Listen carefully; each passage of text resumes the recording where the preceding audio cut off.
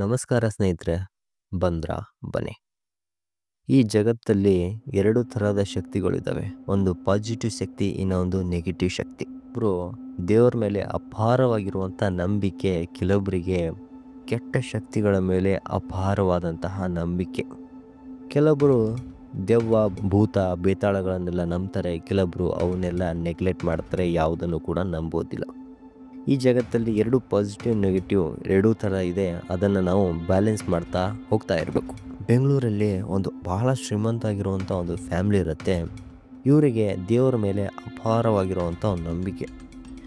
6 ತಿಂಗಳಿಗೆ, ವರ್ಷಕ್ಕೊಮ್ಮೆ ಯಾವುದಾದರೂ ಒಂದು ದೇವಸ್ಥಾನಕ್ಕೆ ಹೋಗ್ತಾ ಇರ್ತಾರೆ, ಬರ್ತಾ ಇರ್ತಾರೆ, ದೇವರಿಗೆ ಬೇಡ್ಕೋತಾ ಇರ್ತಾರೆ, ಅವ್ರ ಹರಕೆಗಳನ್ನೆಲ್ಲ ತೀರಿಸ್ತಾ ಇರ್ತಾರೆ. ಹೀಗೆ ದಿನಗಳು ಕಳೀತಾ ಇರಬೇಕಾದ್ರೆ ಇವರು ಒಂದು ಹರಕೆನ ಹೊತ್ತಿರ್ತಾರೆ. ನಾವು ಧರ್ಮಸ್ಥಳಕ್ಕೆ ಹೋಗಬೇಕು, ದೇವರಲ್ಲಿ ಹರಕೆಯನ್ನು ಹೊತ್ತಿರ್ತಾರಲ್ಲ ಅದನ್ನು ಇಳಿಸ್ಬೇಕು ಅಂಥೇಳಿ ಹೊರಡ್ತಾ ಇರ್ತಾರೆ. ಇವರು ಮಧ್ಯಾಹ್ನ 3 ಗಂಟೆ 4 ಗಂಟೆ ಹಿಂಗೆ ಬೆಂಗಳೂರಿಂದ ಹೊರಡ್ತಾರೆ.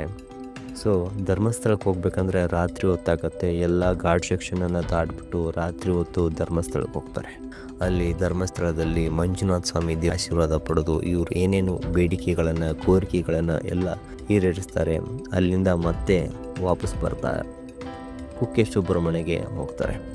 ಅಲ್ಲಿ ಕೂಡ ದೇವರ ಆಶೀರ್ವಾದನೆಲ್ಲ ಪಡೆದು ರಾತ್ರಿ ಆಗುತ್ತೆ. ಅಲ್ಲಿಂದ ಕುಕ್ಕೆ ಸುಬ್ರಹ್ಮಣ್ಯದಿಂದ ಬಿಡೋಕ್ಕೆ ರಾತ್ರಿ 9-9:30 ಆಗಿರುತ್ತೆ. ಮನೆಯವರೆಲ್ಲ ವಿಚಾರ ಮಾಡ್ತಾರೆ, ಹೋಗೋದಾ ಇಲ್ಲೇ ಇರೋದಾ ಅಂತೇಳಿ. ಈಗೇನು ಹೋಗೋದು, ಹೆಂಗಾದ್ರೂ ಹೋಗಲೇಬೇಕಲ್ಲ, ನಾಳೆ ಯಾವ್ರವ್ರ ಕೆಲಸ ಇರುತ್ತೆ, ಮಾಡೋಕ್ಕೆ ಹೋಗಬೇಕು ಅಂಥೇಳಿ ಮಕ್ಕಳು ಮರಿನೆಲ್ಲ ಸೇರಿಕೊಂಡು ಸರಿ ಎಷ್ಟು ಟೈಮ್ ಅಂತೂ ಆಗೈತೆ, ಸೊ ರಾತ್ರಿ ಹೊತ್ತು ಕಾರಲ್ಲೇ ರೆಸ್ಟ್ ಮಾಡ್ತಾ ಹೋಗೋಣ ಅಂಥೇಳಿ ಹೊರಡ್ತಾ ಇರ್ತಾರೆ. ಹಾಗೆ ಹೊರಡ್ತಿರ್ಬೇಕಾದ್ರೆ 9:30 ಆಗುತ್ತೆ. ಹೊರಡ್ತಾ ಸೊ ಮಕ್ಕಳು ಹೇಳ್ತಾರೆ, ಮಂಗಳೂರು ರೋಡಿಂದ ಹೋಗೋಣ, ತುಂಬ ಕಾಡಿರುತ್ತೆ, ಚೆನ್ನಾಗಿರೋವಂಥ ಗಾಳಿ ಬರ್ತಿರುತ್ತೆ, ಪರಿಸರನ ಎಂಜಾಯ್ ಮಾಡ್ತಾ ಹೋಗ್ಬೋದು ಅಂಥೇಳಿ ಹೇಳಿದಾಗ ಅದೇ ರೂಟಿಗೆ ಹೋಗ್ತಾ ಇರ್ತಾರೆ. ಸೊ ದಾರಿ ಉದ್ದಕ್ಕೂ ಹೋಗ್ತಾ ಇರ್ತಾರೆ. ಎಲ್ಲ ಥರದ ಜನರು ಅಡ್ಡಾಡ್ತಾ ಇರ್ತಾರೆ, ಗಾಡಿಗಳೆಲ್ಲ ಪಾಸ್ ಆಗ್ತಾ ಇರ್ತವೆ. ಹಾಗೆ ಹೋಗ್ತಿರ್ಬೇಕಾದ್ರೆ ಸ್ವಲ್ಪ ಹೊತ್ತು ದೂರ ಹೋಗಿಬಿಟ್ಟು ಕಾರು ಮಧ್ಯ ಕಾಡಿನಲ್ಲಿ ಒಂದೇ ಗಾಡಿ ಹೋಗ್ತಿರುತ್ತೆ. ಅಕ್ಕಪಕ್ಕ ಯಾವುದೇ ಥರದ ಜನರು ಇರೋಲ್ಲ, ಎಲ್ಲ ಪ್ರಶಾಂತವಾಗಿರುತ್ತೆ, ಶಾಂತಿಯಿಂದ ಇರುತ್ತೆ. ಒಂದು ಗಾಡಿ ಅಡ್ಡಾಡ್ತಿರಲ್ಲ, ಒಬ್ಬರು ಮನುಷ್ಯರು ಅಡ್ಡಾಡ್ತಾ ಇರಲ್ಲ. ಅಲ್ಲಿರುವಂಥ ಮಕ್ಕಳಿಗೆ ಭಯ ಆಗ್ತಿರುತ್ತೆ. ಫುಲ್ಲು ಕಾಡು, ಫುಲ್ಲು ಕತ್ತಲೆ, ಏನಾಗ್ತಿದೆ ಅಂತ ಗೊತ್ತಾಗಲ್ಲ, ಯಾವುದೇ ಥರದ ಲೈಟ್ಗಳಿಲ್ಲ.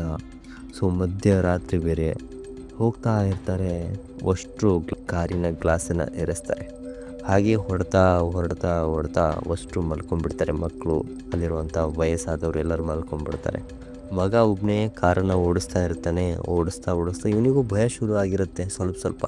ಮಧ್ಯರಾತ್ರಿ ಒಂದೇ ಕಾರು, ಏನು ಒಂದು ಗಾಡಿಗಳನ್ನು ಪಾಸ್ ಆಗ್ತಿರಲ್ಲ. 1 ಗಂಟೆ 2 ಗಂಟೆ ಆದ್ರೂ ಕೂಡ ಯಾವುದೇ ಥರದ ಗಾಡಿಗಳು ಪಾಸ್ ಆಗ್ತಿರಲ್ಲ. ಒಬ್ಬ ಮನುಷ್ಯನು ಕೂಡ ಅಲ್ಲಿ ಅಡ್ಡಾಡ್ತಾ ಇರೋದಿಲ್ಲ. ಹಾಗೆ ಹೋಗ್ತಾ ಇರಬೇಕಾದ್ರೆ ದೂರದಿಂದ ಒಂದು ಲೈಟ್ ಕಾಣಿಸುತ್ತಿರುತ್ತೆ. ಸೊ ಇವನಿಗೆ ಅನಿಸುತ್ತೆ, ಯಾರಾದರೂ ಒಬ್ರು ಅಡ್ಡಾಡ್ತಿದಾರಲ್ಲ ಅಂತೇಳಿ ಮನಸ್ಸಿಗೆ ಸ್ವಲ್ಪ ಸಮಾಧಾನ ಆಗಿರುತ್ತೆ. ಆದರೆ ಅವನಿಗೆ ಗೊತ್ತಿರಲ್ಲ, ಅದೇ ಲೈಟು ಇವನಿಗೆ ಮುಳ್ಳಾಗುತ್ತೆ ಅಂತೇಳಿ. ಹೊರಡ್ತಾ ಸೊ ದೂರದಿಂದ ಇರೋದು ಸ್ವಲ್ಪ ಹತ್ತಿರ ಬರ್ತಾ ಇರುತ್ತೆ. ಇವನ ಗಾಡಿ ತುಂಬ ಸ್ಪೀಡಾಗಿರೋದನ್ನು ಸ್ಲೋ ಮಾಡ್ತಾ ಹೋಗ್ತಾನೆ. ಮುಂದೆ ಹೋಗ್ತಾ ಇವನು ಹೋಗ್ತಿರೋವಂಥ ಡೈರೆಕ್ಷನಲ್ಲೇ ಆ ಗಾಡಿನೂ ಕೂಡ ತಿರುಗುತ್ತೆ. ಸೊ ಇವನಿಗೆ ಒಂಥರ ಶಾಕ್ ಆಗಿಬಿಡುತ್ತೆ. ಇವನು ಯಾರು ಮಾರಾಯ, ಈ ಥರ ಎಲ್ಲ ಬರ್ತಿದ್ದಾನಲ್ಲ. ಸೊ ಇವನಿಗೆ ಏನು ಕುಡ್ದಿದ್ದಾನ, ಏನು ಮಾಡಿದ್ದಾನ ಇವನು ಅಂತೇಳಿ ಇವನಿಗೆ ಡೌಟ್ ಆಗಿಬಿಟ್ಟು ಹೊಡ್ತಿರ್ಬೇಕಾದ್ರೆ ಇವನು ಬೇರೆ ಡೈರೆಕ್ಷನಲ್ಲಿ ತಗೋತಾನೆ. ಸೊ ಅವನು ಕೂಡ ಅದೇ ಡೈರೆಕ್ಷನಲ್ಲಿ ತಗೋತಾನೆ. ಸೊ ಇವನಿಗೆ ಮತ್ತೆ ಶುರುವಾಗ್ಬಿಡುತ್ತೆ. ಕಾರಲ್ಲಿ ಮೇಲೆ ಮಕ್ಕಳೆಲ್ಲ ಇದ್ದಾರೆ, ವಯಸ್ಸಾದವರು ಇದ್ದಾರೆ, ಏನಾಗ್ಬಿಡ್ತು ಅಂತೇಳಿ ಭಯದಿಂದ ಹೋಗ್ತಾ ಇರಬೇಕಾದ್ರೆ ಹೋಗ್ತಾ ಇದ್ದರೆ ಆ ಗಾಡಿ ಹತ್ತಿರ ಬರ್ತಿದೆ. ಇವನಿಗೆ ಎದೆಯಲ್ಲಿ ಆತಂಕ ಶುರುವಾಗ್ತಿರುತ್ತೆ. ಏನು ಮಾಡೋದು, ಈ ಥರ ಬರ್ತಿದ್ದಾನಲ್ಲ ಅಂಥೇಳಿ ಹೋಗ್ತಾ ಸೊ ಮುಂದೆ ಹೋಗೋಣ. ಫುಲ್ಲು ಕತ್ಲಾಗ್ಬಿಡುತ್ತೆ. ಇವನಿಗೆ ಕಣ್ಣಿಗೆ ಏನು ಕೂಡ ಕಾಣಿಸೋದಿಲ್ಲ, ಫುಲ್ಲು ಕತ್ಲಾಗ್ಬಿಡುತ್ತೆ. ಆ ಗಾಡಿ ಸಡನ್ನಾಗಿ ಬಂದು ಇವನಿಗೆ ಆಕ್ಸಿಡೆಂಟ್ ಮಾಡೋ ಥರ ಆಗಿರುತ್ತೆ. ಇವನು ಹೋಗಿ ಮರಕ್ಕೆ ಗುದ್ದುತ್ತಾನೆ. ಕಾರಿನಲ್ಲಿ ಕೂತಿರುವಂಥ ಎಲ್ಲರೂ ಎದ್ದು ನೋಡ್ತಾರೆ, ಏನಾಯಿತು ಅಂತೇಳಿ. ಆದರೆ ಈ ಕಾರು ಹೋಗಿ ಮರಕ್ಕೆ ಗುದ್ದಿರುತ್ತೆ. ಸೊ ಕಾರಿಂದ ಹೊರಗಿಳಿದು ನೋಡ್ತಾರೆ. ಸೊ ಅಲ್ಲಿ ಯಾವುದೇ ಥರದ ಗಾಡಿ ಇರೋದಿಲ್ಲ, ಯಾರೂ ಬರ್ತಿರಲ್ಲೂ ಕೂಡ. ಸೊ ಇವನು ಕಾರಿಗೆ ಗುದ್ದಿರ್ತಾನೆ. ಸೊ ಏನಿದು, ನಾನು ಕಂಡಿದ್ದು ಕನಸ ಅಥವಾ ಬೇರೆ ಏನಾದ್ರು ಕೆಟ್ಟ ಶಕ್ತಿಗಳ ಕೈವಾಡ ಇದೆನಾ ಅಂತೇಳಿ ಹಿಂಗೆ ಡೌಟ್ ಶುರು ಆಗುತ್ತೆ. ಅವಾಗ ಇವನು ಎಲ್ಲಿ ನನಗೆ ಗಾಡಿ ನಿಜವಾಗ್ಲೂ ಗುದ್ದಿರ್ಬೋದಲ್ಲ ಅಂತೇಳಿ ಮುಂದೋಗಿ ಬಂಪರನ್ನು ನೋಡ್ತಾನೆ. ಅಲ್ಲಿ ಯಾವುದೇ ಥರದ ಗಾಡಿನ ಗುದ್ದಿರಲ್ಲ. ಸೊ ಇವನಿಗೆ ಫುಲ್ ಶಾಕಲ್ಲಿರ್ತಾನೆ. ಸೊ ಈ ಜಾಗ ಯಾಕೋ ನನಗೆ ಸರಿ ಕಾಣ್ತಿಲ್ಲ, ತುಂಬ ಹಾಂಟೆಡ್ ಆಗಿರುವಂಥ ಪ್ಲೇಸ್ ಇದು ಅಂಥೇಳಿ ಸೊ ಅಲ್ಲಿಂದ ವಾಪಸ್ಸು ಕೂತ್ಕೊಂಡ್ಬಿಟ್ಟು ಸೀದಾ ಹೊರಡ್ತಾರೆ. ಈ ಕತೆ ನಿಜವಾಗ್ಲೂ ನಡೆದಿರುವಂಥ ಕಥೆನೇ ಇದು. So one of my friend ಅವರ ಫ್ಯಾಮ್ಲಿಯಲ್ಲಿ ನಡೆದಿರುವಂಥ ಕತೆ ಇದು. ಅವರು ಕೂಡ ಅಷ್ಟೇ ಅವರ ಜೀವನದಲ್ಲಿ ಆಗಿರುವಂಥ ಒಂದು ಘಟನೆನ ಇವರು ನನ್ನ ಮುಂದೆ ಶೇರ್ ಮಾಡಿಕೊಂಡ್ರು. ಅದೇನೇ ನಾನು ನಿಮ್ಮ ಮುಂದೆ ಶೇರ್ ಮಾಡ್ತಾ ಇದ್ದೀನಿ. ಸೊ ಅದೇ ಥರ ಅವನು ಇನ್ನೂ ಒಂದು ಥರದ ಒಂದು ಕಥೆಯನ್ನು ಶೇರ್ ಮಾಡ್ತಾ ಇದ್ದ. ಅದು ಕೂಡ ಧರ್ಮಸ್ಥಳದಲ್ಲೇ ನಡೆದಿರೋದು. ಒಬ್ಬ ವ್ಯಕ್ತಿ ದೇವರ ಮೇಲೆ ತುಂಬ ನಂಬಿಕೆ ಇರುತ್ತೆ ಅವನಿಗೆ. ಸೊ ಒಂದು ಊರಿಂದ ಇನ್ನೊಂದು ಊರಿಗೆ ಟ್ರಾವೆಲ್ ಮಾಡ್ತಾ ಇರ್ತಾನೆ. ಒಂದು ದಿನ ಧರ್ಮಸ್ಥಳ ಬಸ್ ಹತ್ತಿ ಹೋಗ್ತಾ ಇರ್ತಾನೆ.